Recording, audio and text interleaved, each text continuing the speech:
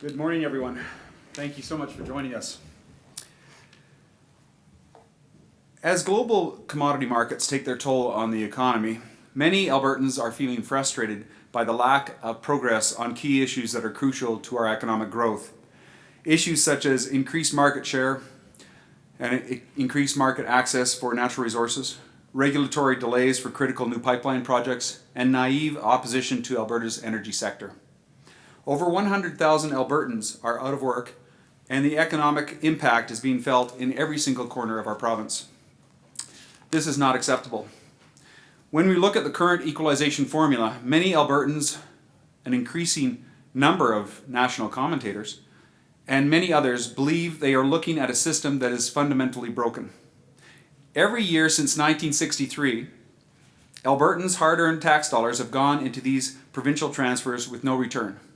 In my entire lifetime, not one return to Albertans. Albertans have been the largest contributors. A recent estimate averaged it at $530 per person per year, so more than $2 billion comes from Albertans on that transfer alone every single year. On the opposite side of the spectrum, Quebec has received $198 billion. Its government is actually set to receive a total of $9.5 billion in no strings attached equalization payments this year alone. That is actually a benefit of $1,150 per person per year, while at the same time offering much more lavish government programs and services. These with little to almost no incentive to wean themselves off of the current equalization program. This includes a system that maintains a disincentive for have-not provinces to actually not develop their natural resources.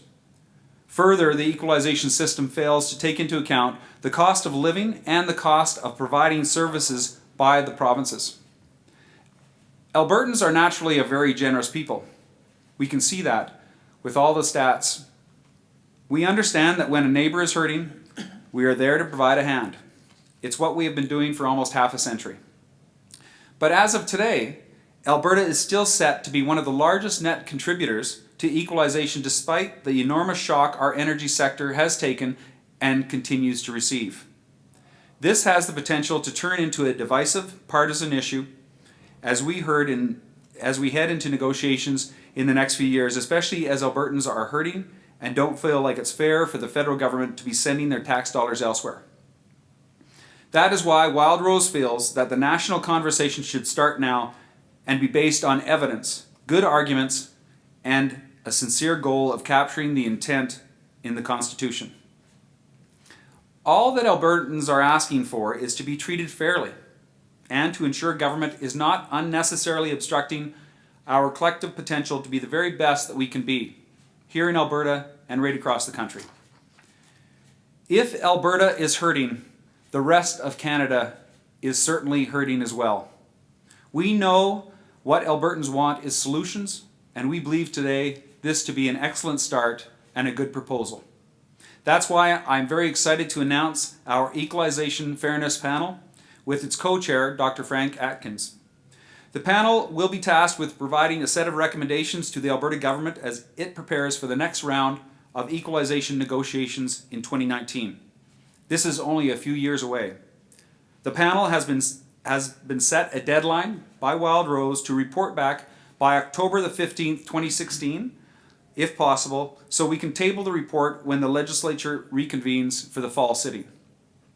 The mandate of the panel is to assist developing a position on equalization that actually meets the constitutional intentions behind the equalization program. We have to look at the very part of the Constitution that deals with this in a way that is fair, not only to Alberta, but to all provinces.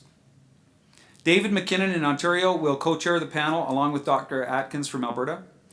Ben Eisen in Ontario will be joined by Dr. Marco Navarro-Jani, President of the Atlantic Institute for Market Studies in Halifax, as the remaining panelist in order to reflect the pan-Canadian nature of this product and this project.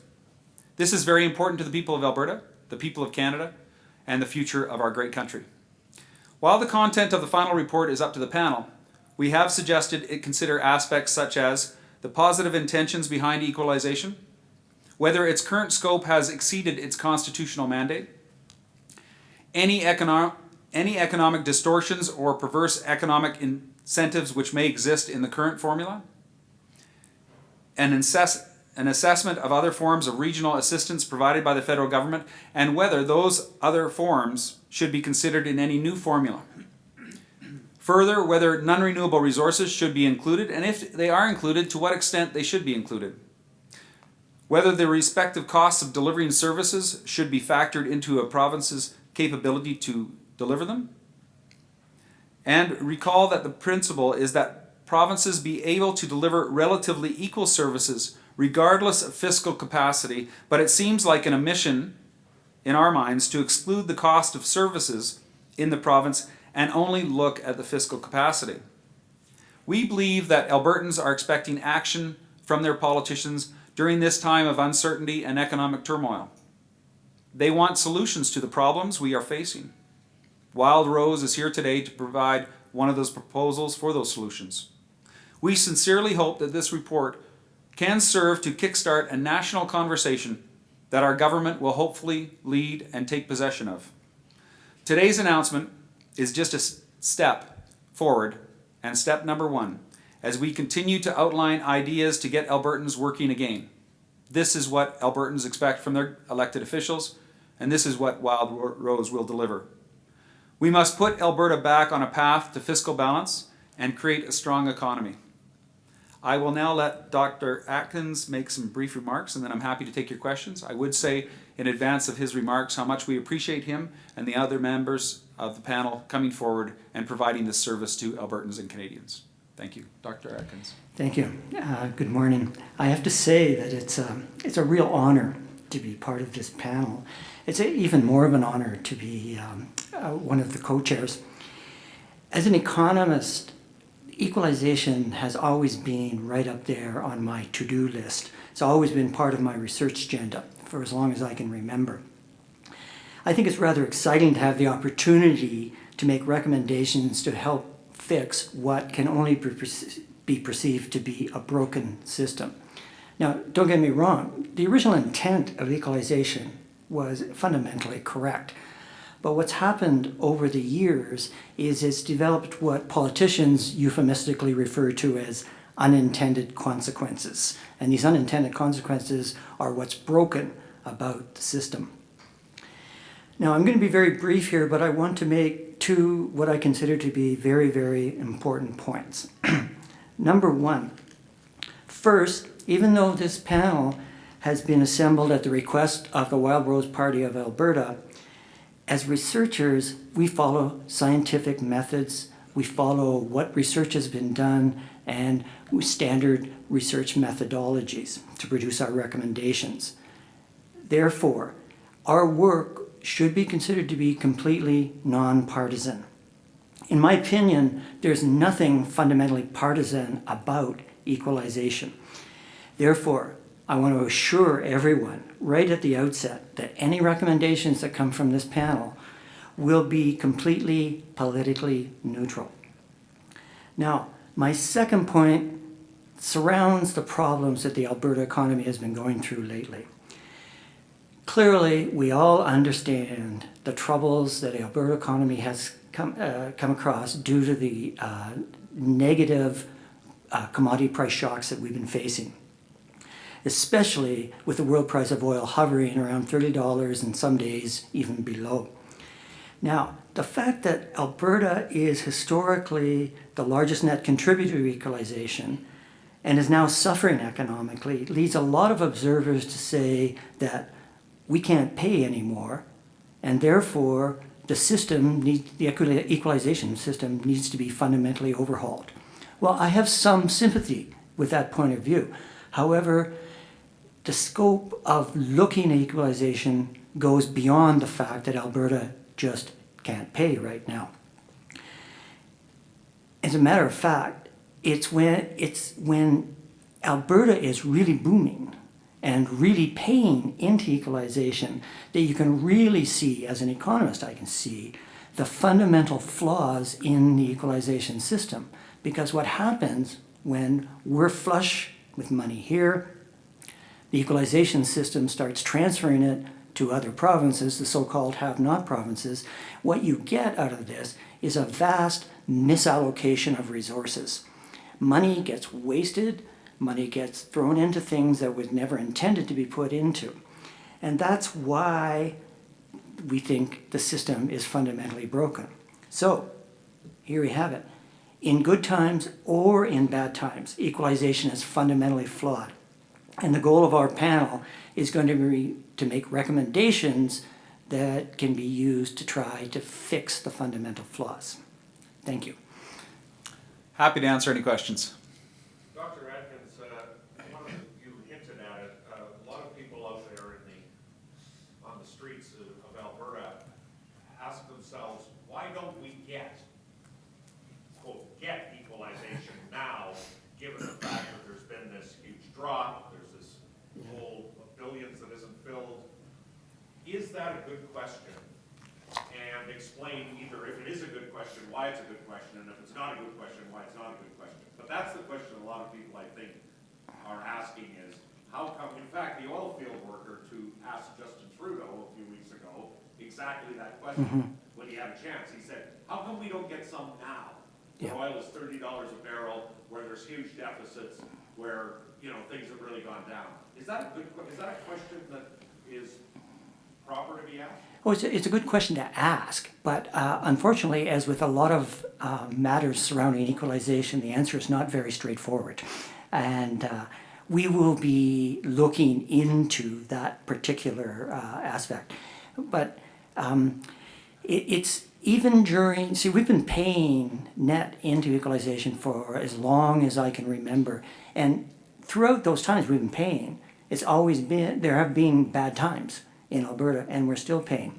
And it has to do with the arcane nature of the actual equalization formula, which is much too complicated to discuss at a public forum. But I think people should keep asking that question. It's a good question. And just a quick supplementary, which is, how much is the amount for this year? I think Mr. Jean mentioned it, but what is the amount for this year that we're quote-unquote paying equalization?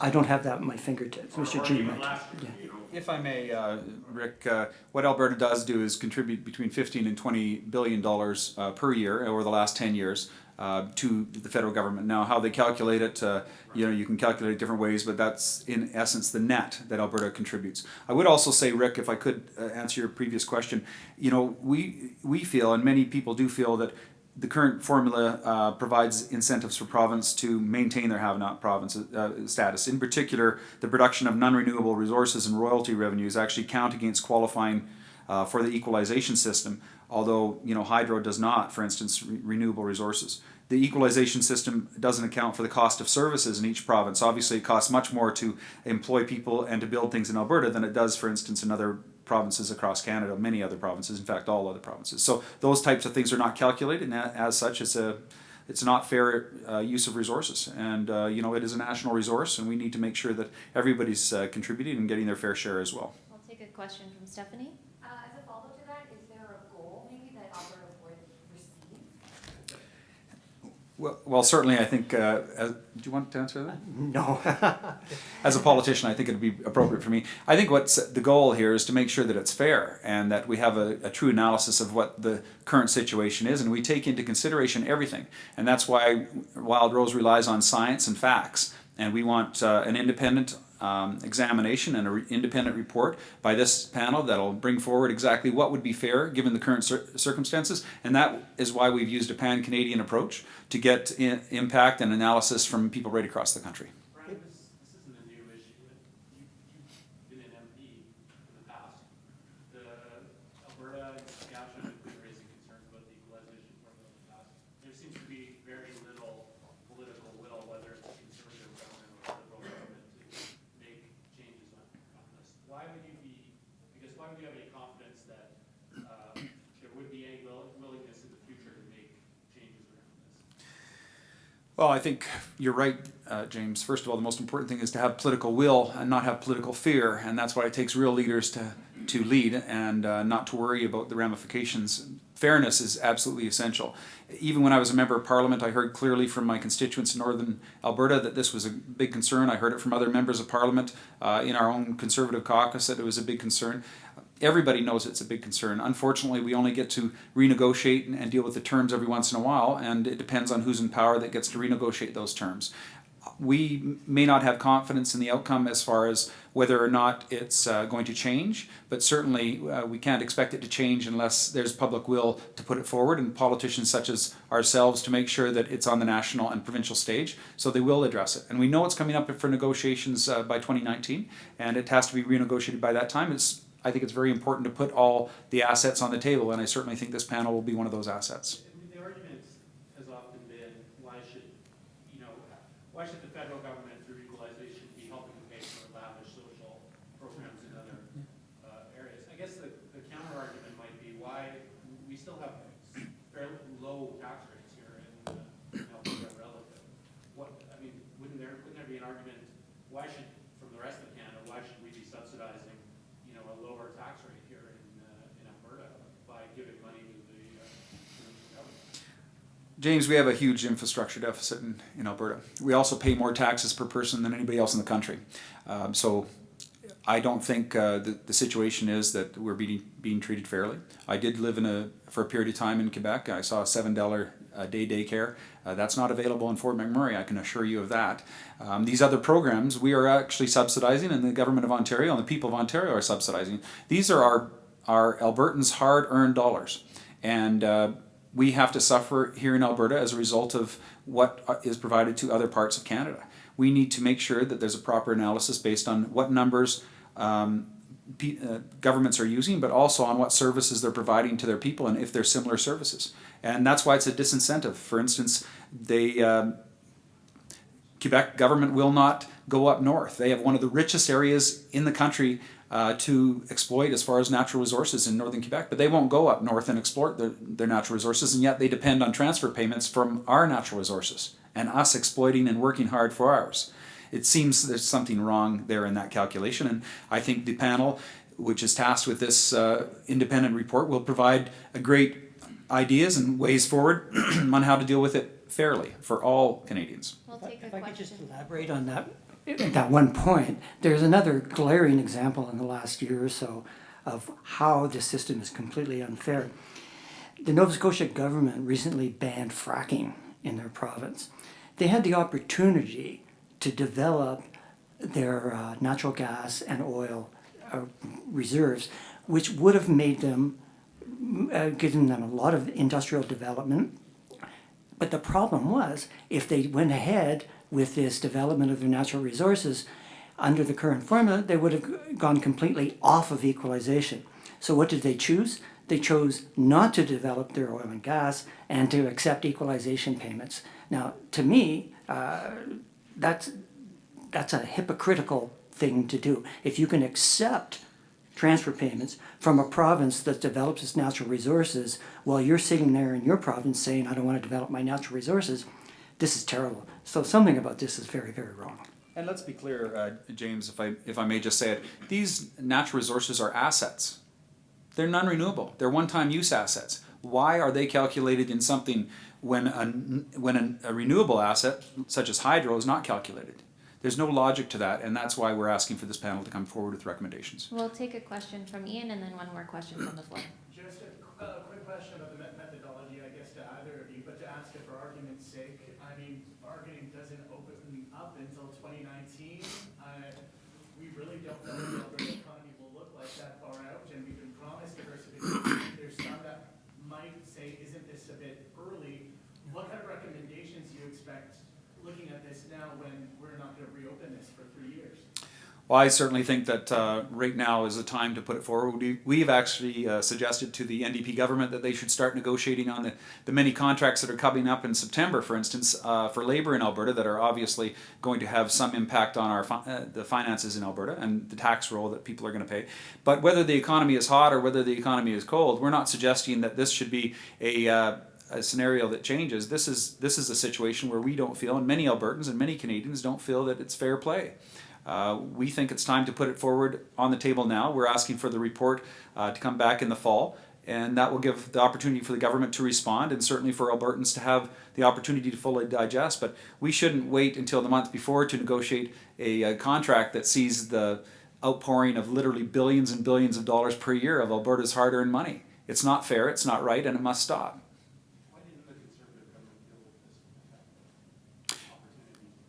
You would have to ask the Conservative government. Conservative government you remember? Are you talking the Progressive Conservative government, or? I don't know, the Harper government. Well, first of all, it's a 2019 negotiation, so they would have dealt with it if Albertans and Canadians would have re-elected them. But you would have to take that up with the Finance Minister and the Prime Minister.